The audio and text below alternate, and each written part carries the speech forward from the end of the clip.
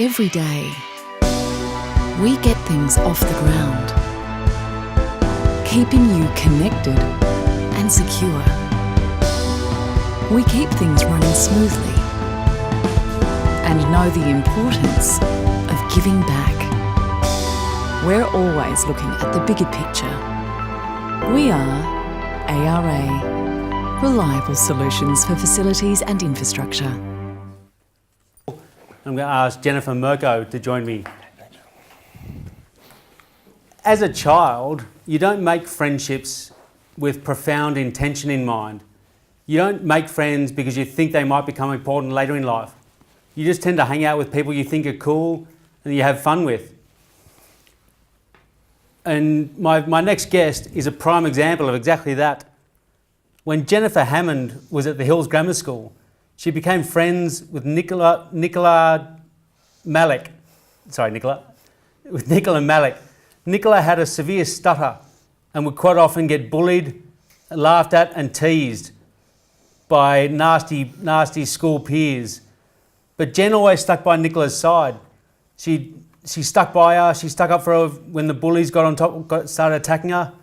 And she didn't do it because she thought Nicola's friendship might come in handy later on. She did it because Nicola was Jenny's best mate. Over the years, that friendship has become a lot more profound than either Nicola or Jenny would have thought. When they left school, Jen has suffered Bell's palsy, a condition similar to a stroke. She was in a severe car crash, which left her with a badly broken leg. Jen's not the only person in her family, though, to suffer some hard times. Her husband, Peter, has just had his third kidney transplant. Her daughter has just had her first. And I should just clear up before I go on that Jennifer Hammond is now Jennifer Murko. I'll just chuck that in so Peter doesn't get offended.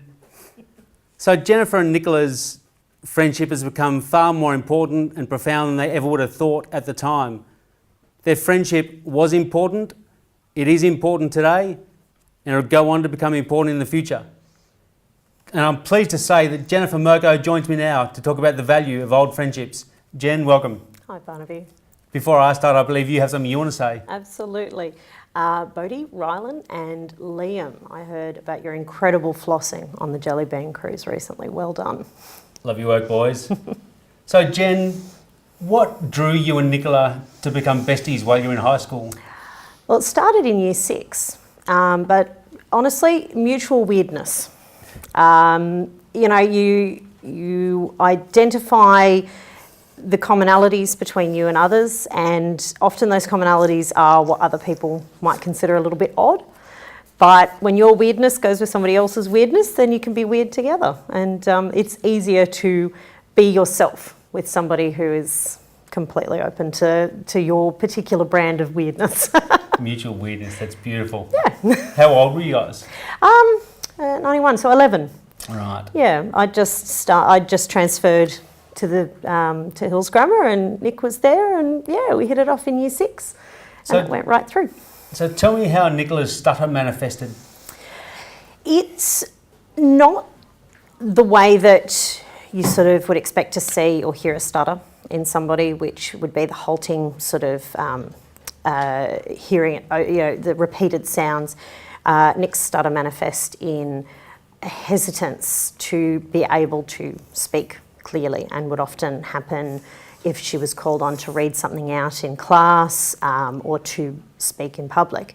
And Nick worked really, really hard on overcoming it, attended Toastmasters and developed skills to get around it, but it took time. And sometimes it just took a few minutes before speaking. But unfortunately, a few minutes in front of your class, you might as well be 3 weeks. And the more that people would look or whisper or have a bit of a giggle, the harder it might become. So it was a bit of a tricky time. And what sort of bullying and teasing and joking did Nicola cop while she was a student? It was usually in the moment. It didn't sort of carry on through, like, past that moment. I think, you know what kids are like, they'll have a laugh at something, but they don't tend to carry it with them for the rest of the day or the rest of that class even.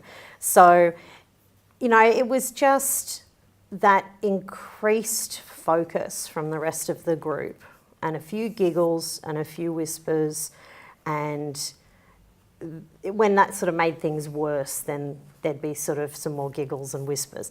I think often when it comes to something that somebody can't help, kids will be a little bit more covert about the way that they laugh about it all, you know. So it was never sort of upfront and in everybody's faces, but you know, when you're the person who's in the middle of it, it might as well be upfront and in your face. So it still has that effect. So why did you find it necessary to jump in and stick up for your mate? Well, I think what it comes down to is you wouldn't want to cop that yourself. So, you know, it was, for me, it wasn't a case of standing up and telling everybody to knock it off, because I think that would have made it worse. It was just that reassurance of sort of just being there, and, you know, just sometimes I'd, you know, make eye contact or just, you know, it's all good, you know, just take a breath, you know. But often I didn't sort of need to say anything. It was just a case of just, you know, I'm here sort of thing. Did you ever consider that things were too hard for you to step in and think you should just sit back and let Nicola deal with it all on her own? No, I don't think so. I think, you know, supporting somebody who's finding, you know, speaking in public a little bit difficult. It's not like, I mean, you know, you mentioned before, you know, jumping on a grenade and taking a bullet. It's not quite the same, I think. I think when you're in high school, it can feel like jumping on a grenade, but yeah, looking back, it's just what you do, you know. Did you ever, when you stuck up for Nicola, did you ever do it thinking, if I'm a good friend of Nicola's now, this might pay me back in a few years? Oh gosh, no. It's just, you do it because that's what you want to do for a friend, and that's what. Yeah, it was never a case of, you know, this will benefit me later. It's just, it's what you do for people. You know, you act like a half-decent person, really. Well, you do that very well. And how has your friendship with Nicola come to benefit you over the years? Oh, look, we've just gone from strength to strength. You know, our paths deviated. Physically, my family moved to Bowral as soon as I finished school, so Nick went to uni in Sydney, and I stayed down there, but, you know, we wrote enormous letters. I don't know how much study actually got done at university, because I'm pretty sure we spent most of our time writing these ridiculous letters, where the challenge was to write 1 page longer than the letter that you'd received the previous week. So there were, you know, 10 and 20 page diatribes going back and forth, which was hilarious. But, you know, and this was before Facebook, before, you know, we didn't even really send emails to each other. It was, you know, we'd write. There was, you know, the odd phone call. Nick worked overseas for several months, and it was around the time that I had my first child. So year off for maternity leave, you know, in between changing nappies, I'd put together these parcels and send them to Nick, and she'd send stuff back to me. And it was really, really lovely, even though she was away at work. You know, she could have been at work, you know, in Sydney, or, you know, it doesn't matter where she was, we were able to continue being in touch like that. So, and yeah, so now it's phone calls and texts, and she doesn't live too far away, so we try to stop in and see each other whenever we can. So it's really nice. So friendships tend to be lived in the moment, and you don't think too far into the future or at what you've been through. But as a global package, how important do you consider your friendship with Nicola has been over the years for both of you? Oh, look, absolutely, you know, bedrock to, you know, my existence sort of thing. You know, it's, you know, when I met my husband, you know, when I met Peter, I was 18, sort of, you know, I'd call Nick, say, I met this guy at this Beatles festival. She's gone, oh, okay. And of course, you know, she wanted to come and check him out and make sure that he was the goods. And apparently there was approval because I married him. So, you know, and it's just, it's sort of, that friendship sort of underpins sort of everything else, you know. I mean, our friendship in high school, we shared a common interest or common liking of a comic strip called Calvin and Hobbes, so much so that was what was on our jerseys.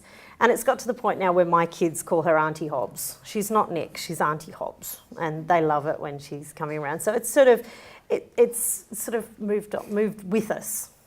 Very sort nice. of thing. So yeah. So you're not the only one in your family to have gone through some dramas over the years. No. Tell me about your husband and your daughter's recent kidney transplants. How did they come about? Okay, well, Peter has dealt with renal failure since he was a child, and what we now know is it's a genetic predisposition towards FSGS, which is focal segmental glomerulonephritis, for those of you playing at home. And it now turns out that that's what our daughter Lorelei has developed as well. There is that genetic link. And we knew that Peter was going to need a third transplant sooner rather than later. He went on dialysis last year. And as Lorelei's condition developed, we knew that, and she's on dialysis now, she's on the waiting list, so, but it won't be too long. So yeah, it's something that's always been there for our family. Peter grew up with it. I got to know the procedures very well, and our children have been brought up in and out of hospitals, and they know a lot of the terminology, and they're used to it all now. So yeah, but no, Peter's transplant occurred absolutely beautifully without a hitch, and it's going gangbusters. So it's giving our daughter a lot of hope, and she's really looking forward to getting hers as well. So yeah, no, it's a marvellous medical technology that enables us to be able to achieve that. So giving seems to be in your nature. Tell me about what you did with your your kidney after you found out it wasn't compatible for your husband. Well, I kept my pancreas. I'm quite attached to that.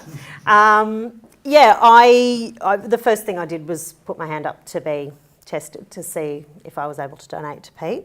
And we're the same blood type, so I naively just sort of went, well, it'll be fine, just take lefty or righty, I don't mind.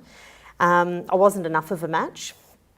And but the technology that has developed now is where if you want to donate to somebody but cannot, all your records, all your tissue typing and everything can be put into a pool with other people in a similar situation where they can create a chain of donations. So in our situation, there were 8 people in total, 4 who were donating and 4 who were receiving. So it's called a pet exchange program. So look, in my mind, I went in with 2 kidneys, I came out with 1, and Pete got a kidney. So in my mind, I donated to Pete. But in actual fact, I've donated to somebody else. I don't know who. It's all kept very confidential for a variety of reasons. But it's kind of nice to think that if I had been able to only donate to Pete, then that was great for him. But it's really nice to think that I was able to help more than one person by donating. So, yeah. You're a really nice person. Do you ever do things in your life because you think being nice to someone else will pay you back in years to come? No, I don't tend to. I just, just try to do the right thing. I think choosing to be a teacher is a good summation of that. You don't do things being a teacher to be rewarded richly. Really, not richly at all. I teach for the fame and money, of course. But, I work with 3-year-olds, so I do it for the messy hugs and sloppy kisses and paintings, and yeah, it's just, you're not going to get very far in the world doing things because you think you're going to be rewarded for it, I think if everybody just tries to do a little better, I think we'll all be on a good footing.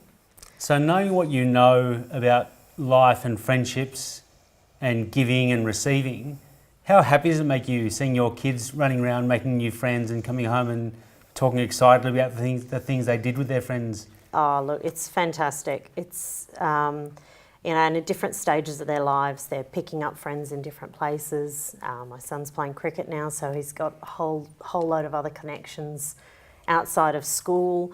And he's in year 6, getting ready to go into high school next year, so he's starting to navigate that and, you know, getting to know other kids before he goes into this wider community. It's fantastic to see, and it's really nice to be able to, you know, sort of, you're hoping that you've set an example that they'll follow. And so if they're going on to be decent, respectful friends, then, you know, you're doing pretty well, I think. Well, Jennifer Murko, you're an incredible mother, an incredible wife, an incredible friend. Thank you for joining us. Thank you very much. It's my pleasure. Thank you. Now we're going to do the Everyday Greatness Shuffle. Every day, we get things off the ground, keeping you connected and secure.